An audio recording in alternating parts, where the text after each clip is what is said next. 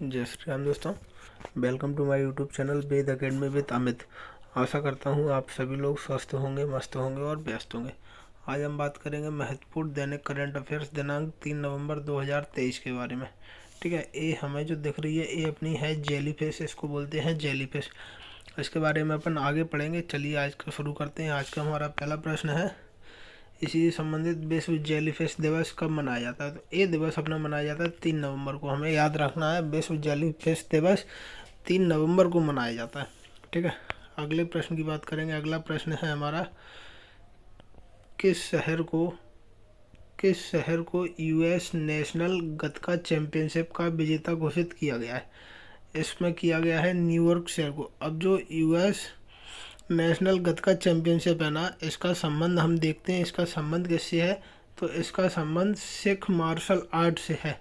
ठीक है, यूएस गतका चैंपियनशिप जो है ना, वो सिख मार्शल आर्ट से संबंधित है। ठीक है, इतना याद रखना है हमें। अगले प्रश्न की बात करेंगे जो है हमारा अंडर-23। कौन सा? अंडर-23 महिला विश्व कप चैंपियन बनने वाली पहली भारतीय महिला कौन बनी है? तो ये महिला बनी है रितिका हुडा। ठीक है, इनके बारे में देखेंगे। भारत की रितिका हुडा देश की पहली अंडर-23 महिला कुश्ती विश्व चैंपियनशिप बनी है। दूसरा पॉइंट है, वह अंडर-23 कुश्ती विश्व चैंपियनशिप में स्वर्ण पदक जीतने वाली दूसरी भारतीय है। ठीक है, कौन सी भारतीय? दूसरी भारतीय और पहली अंडर-23 महिला कुश्ती विश्व चैंपियनशिप बनी है। ठीक है, अगला प्रश्न की बात करेंगे। अगला प्रश्न है हमारा, मुंबई में पहला अंतर्राष्ट्रीय क्रूज लाइनर लॉन्च किया गया।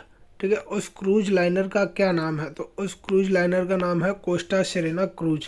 ठीक है, और ऐसे पेपर में आपसे ऐसे प्रश्न पूछा उसने, कोस्टा सेरेना क्रूज कहाँ लॉन्च किया गया? तो ये अपना होगा मुंबई में।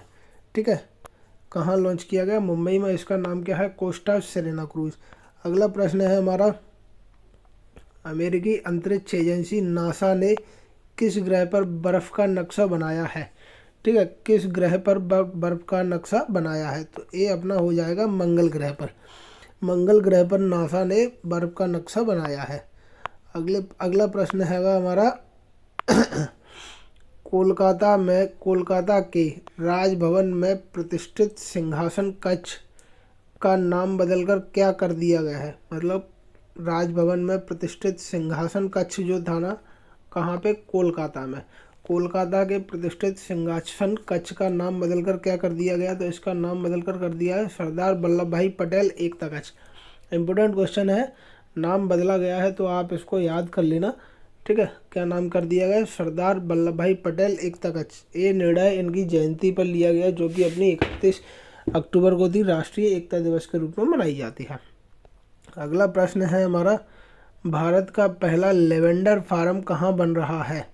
या भारत का पहला लेवेंडर फार्म किस राज्य में बन रहा है? तो इसमें आपका होगा जम्मू कश्मीर राज्य में बन रहा है। और ज़्यादा डिटेल में पूछेगा या डीप में ज़्यादा जाएगा तो बताएगा कठुआ ज़िले के चल्ला गांव में।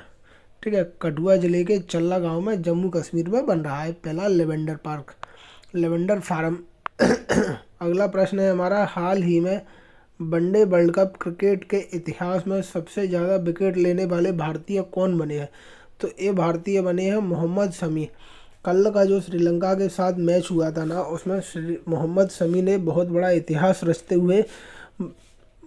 इतिहास रचा है। और इसमें भारत ने 302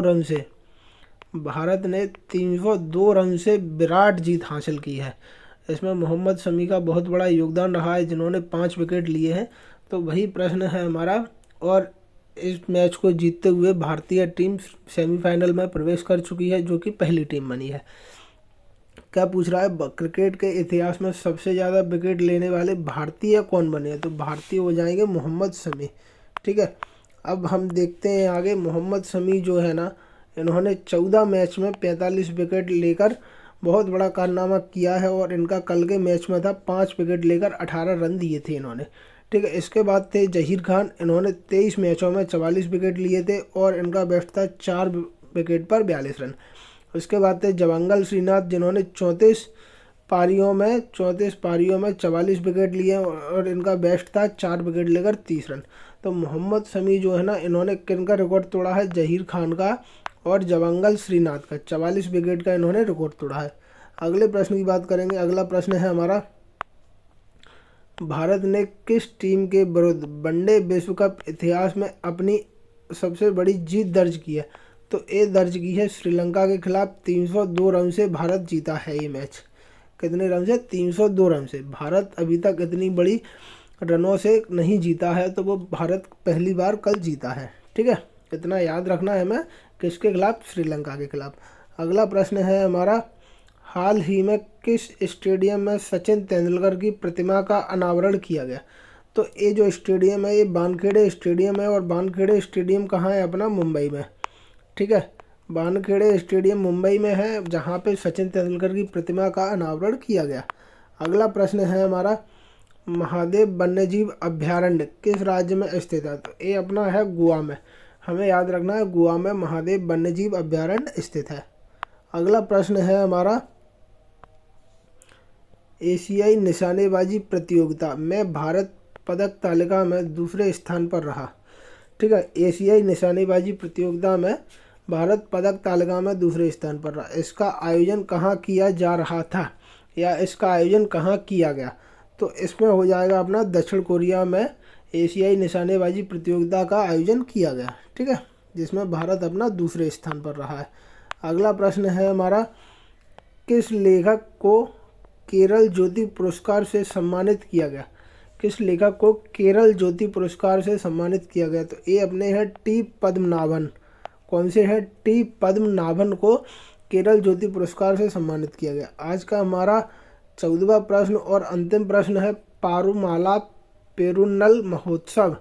कौन सा? पारुमाला पेरुन्नल महोत्सव का आयोजन कहाँ हुआ? तो इसका देखो, जैसा नाम हमें दिख रहा है, मतलब केरल साइड का ये नाम होगा, तो इसका आंसर हो जाएगा केरल। केरल में पारुमाला पेरुन्नल महोत्सव का आयोजन किया गया। ठीक है, आप लोगों से निवेदन है, आप इस करंट अफेयर को अच्छे तरीके से याद कर लें, क्योंकि पेपर की दृष्टि से देखिए, पेपर की दृष्टि से जो करंट अफेयर मेन होता है, केवल मैं वही लेकर आता हूँ आपके लिए। और एक आपसे हाथ जोड़कर रिक्वेस्ट है, प्लीज़ चैनल को लाइक करें, शेयर करें और सब्सक्राइब करें अगर आपको करंट अफेयर अच्छा लगा हो तो। इससे क्या है, हमारा मोटिवेशन बना रहता है और हम आपके लिए रोज़ नए नए करंट अफेयर लेके आते रहते हैं। ठीक है, अगर कोई गलती हुई हो तो आप बताना, उसको मैं सुधार करूँगा। और आज के लिए आपके लिए बस इतना ही है कि आप इस करंट अफेयर को रिवाइज करें। मिलते हैं कल नए करंट अफेयर के साथ, तब तक अपना ध्यान रखना। शुभ रात्रि। बहुत बहुत धन्यवाद आपका।